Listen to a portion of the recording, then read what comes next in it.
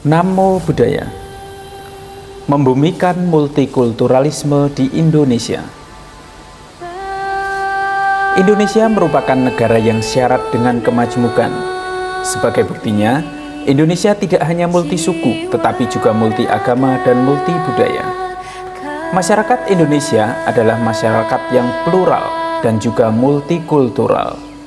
Jika kita lihat dari sukunya, ada banyak macam suku yang ada di negara kita, mulai dari Sabang sampai Merauke. Kemudian, Indonesia sebagai negara kepulauan dengan pluralitas dan multikultural tentu memiliki dinamika sosial yang sangat tinggi. Hal ini memungkinkan untuk terjadinya konflik-konflik sosial. Beberapa peristiwa yang telah terjadi, seperti konflik Ambon, konflik Poso, ini merupakan contoh kekerasan dan konflik horizontal yang telah menguras energi dan merugikan tidak hanya jiwa dan materi, tetapi juga mengorbankan keharmonisan antar sesama masyarakat Indonesia. Selain daripada itu, ada juga konflik yang mengatasnamakan agama. Salah satu cara untuk menyelesaikan berbagai macam konflik dalam multikultural, serta membumikan multikulturalisme di Indonesia, adalah dengan penguatan moderasi beragama. Penguatan moderasi beragama tengah menjadi salah satu program prioritas pemerintah Indonesia. Dalam Kamus Besar Bahasa Indonesia, moderasi berasal dari bahasa Latin, yaitu moderatio, yang berarti pengurangan kekerasan atau penghindaran keekstriman. Moderasi beragama dapat didefinisikan sebagai cara pandang, sikap dan praktik keberagaman yang memiliki prinsip adil dan berimbang guna membangun kemaslahatan umum.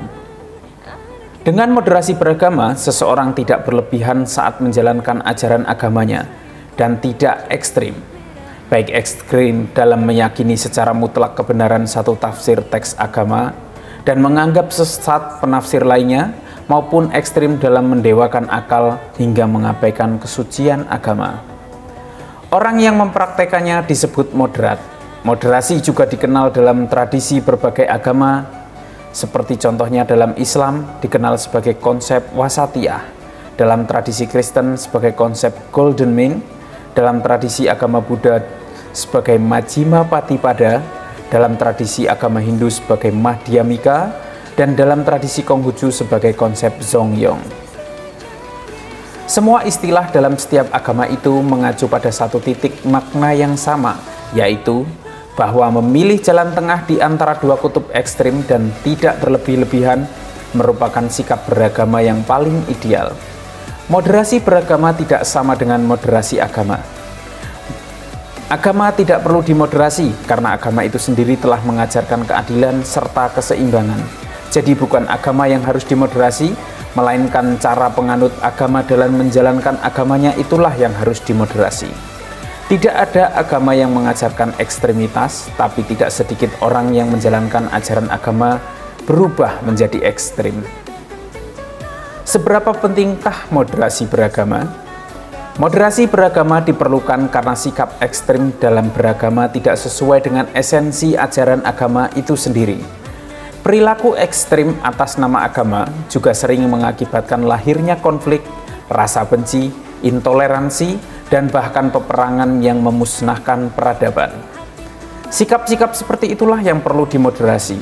Moderasi beragama merupakan upaya mengembalikan praktik beragama agar sesuai dengan esensinya, yakni untuk menjaga harkat, martabat, dan peradaban manusia. Agama tidak boleh digunakan untuk hal-hal yang merusak peradaban, sebab sejak munculnya agama pada hakikatnya ditujukan untuk membangun peradaban itu sendiri.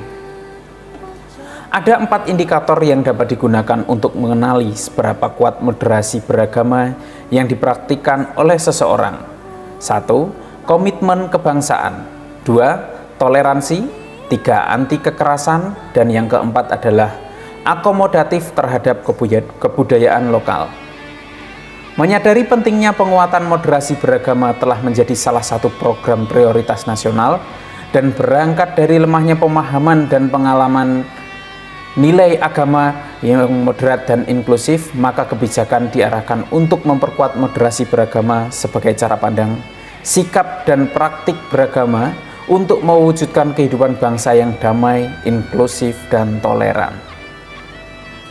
Moderasi beragama harus dipahami sebagai komitmen bersama untuk menjaga keseimbangan, di mana setiap warga masyarakat, apapun suku, etnik, budaya, agama, dan jenis kelamin harus mendengarkan satu sama lain sehingga kita bisa saling merawat dan menghormati keberagaman yang ada di Indonesia. Jadi, mari bijak dalam beragama dengan menjadi moderat.